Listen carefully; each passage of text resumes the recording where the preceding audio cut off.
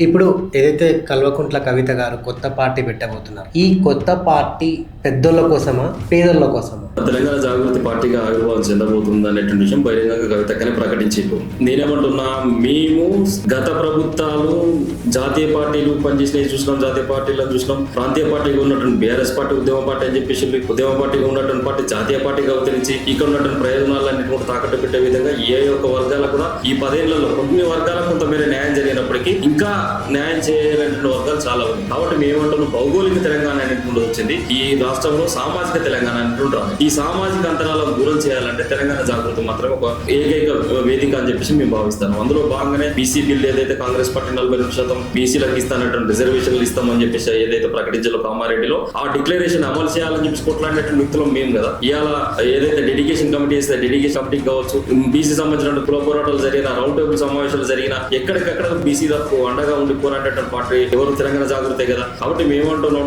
ఈ రాష్ట్రంలో ఒక సమూలమైనటువంటి రాజకీయ మార్పులు అవసరం, ఒక సమతౌల్యతతో కూడుకున్నటువంటి రాజకీయాలు అవసరం. ఏదైతే కులాలు ఉన్నాయో ఆ కులాలకు వాళ్ళ వాటా ఎంత ఉంది, వాళ్ళ జనాభా ఎంత ఉంది, ఆ నిష్పత్తిగా అనుసారంగా వాళ్ళకు చట్టసభలకు వాళ్ళకి అవకాశాలు రావాలని కోరుకుంటున్నాం. 33% రిజర్వేషన్ కనుక అమలైతే రేపు రోజున ఈ యొక్క రాష్ట్ర అసెంబ్లీలో 50-60 మంది మహిళలు వచ్చి కూర్చునేటువంటి పరిస్థితి ఉంటుంది. కాబట్టి అట్లాంటి బిడ్డలను మేము బయటికి తీసుకొస్తాం. ఇలా ఏదైతే ఎన్టీ రామారావు గారు ఉన్నప్పుడు, ఎన్టీ రామారావు గారు ఉన్నప్పుడు 28-30 సంవత్సరాలు ఉన్నటువంటి యువకులను, యువ నాయకులను ఆ రోజున పెంచి పోషించింది. అట్లా పెంచి పోషిస్తేనే ఇలా 20 దాకా కావచ్చు, తలసాని శ్రీనివాస్ యాదవ్ కావచ్చు, కడియం శ్రీహరి లాంటి వాళ్ళు కావచ్చు, ఇలా అనేక మంది, పట్నం మహేందర్ రెడ్డి లాంటి వాళ్ళు ఒక 40 ఏళ్ళ వరకు రాజకీయాలు చేయగలిగిన ఎమ్మెల్యేలు, మంత్రులు. కాబట్టి రేపు రోజున తెలంగాణ జాగృతి కూడా ఎవరు పెద్ద పెట్టి అయిపోతుందంటే, ముఖ్యంగా పైసలను చూసి మేము అవకాశాలు ఇవ్వదలుచుకోలే, ప్రజలలో వాళ్ళకు ఉన్నటువంటి గుర్తింపు దృష్ట్యా మేము అవకాశాలు ఇవ్వదలుచుకున్నాం. ముఖ్యంగా యువకులకు పెద్ద పెట్టి అయిపోతున్నాం, మహిళలకు పెద్ద పెట్టి అయిపోతున్నాం. సుమారుగా 50%-60% వరకు కంప్లీట్ సీట్లన్నీ కూడా మేము బీసీలకు ఇచ్చేటువంటి దిశగా మా యొక్క కార్యాచరణ ఉండబోతోంది. ఇట్లా సామాజిక తెలంగాణ